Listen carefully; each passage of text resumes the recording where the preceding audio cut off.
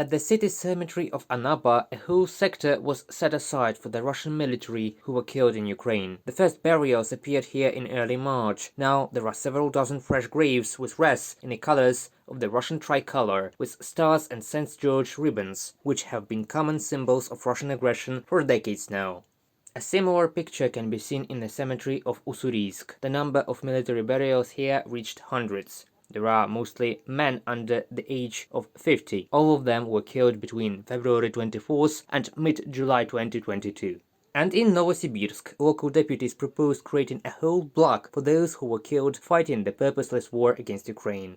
It is impossible to create a well-organized military quarter for a guaranteed military burial of the killed in the defense of the fatherland, and to provide the possibility of decent funding of the burial of the heroes of our country at the expense of the budget of the city of Novosibirsk. At the end of June, the BBC identified the names of more than 4,700 soldiers killed in hostilities in Ukraine. The data was obtained from open sources, but far from all the killed are reported by local authorities in Russia. In cemeteries in different cities, new evidence of the losses of the Russian military appears daily. The latest estimates from the US intelligence community would be something in the vicinity of 15,000 Russian forces killed and maybe 3 times that wounded, so a quite significant set of losses. William Barnes, director of the Central Intelligence Agency, from a Reuters report. Data on losses in the war against Ukraine has recently been called a state secret in Russia and has ceased to be updated. The Ukrainian side, on the other hand, continues counting the losses of the enemy.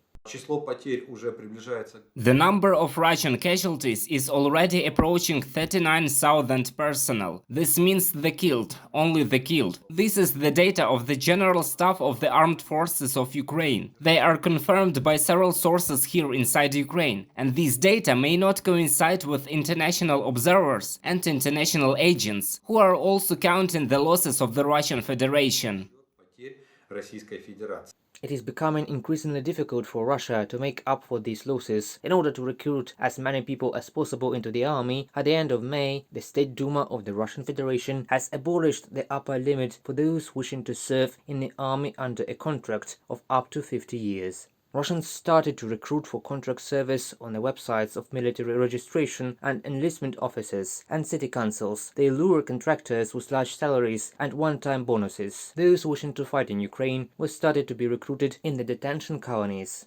On the second day after the news of the meeting, he said that he has signed the contract and there was no turning back. But today he said that the contracts would be concluded upon arrival at the place. According to him, they are going to fight, not to restore. Why agreed? He was bribed by the promise that in 6 months he would return home and the criminal record would be extinguished. In addition, when 6 months pass and someone wants to continue their service, this company will provide work. A relative of a prisoner in the colony of St. Petersburg, Yablonyovka, in an interview with Important Stories. Finding people who will go to war against Ukraine in the Russian Federation is becoming more and more difficult every day. The Buryats actively began to refuse participation in the war. According to the organization Free Buryatia, about 500 people have written a report over the past months refusing to die for President Putin. 150 of them jumped out of trucks on the march just not to go to the front. From the very beginning, people wrote to us that many had a hernia. Those who came back were all wounded. During the day, they slept in dugouts. There was no food on a regular basis. Well, in general, it had been a nightmare. To cut a long story short, they write that it is a nightmare, and that's it.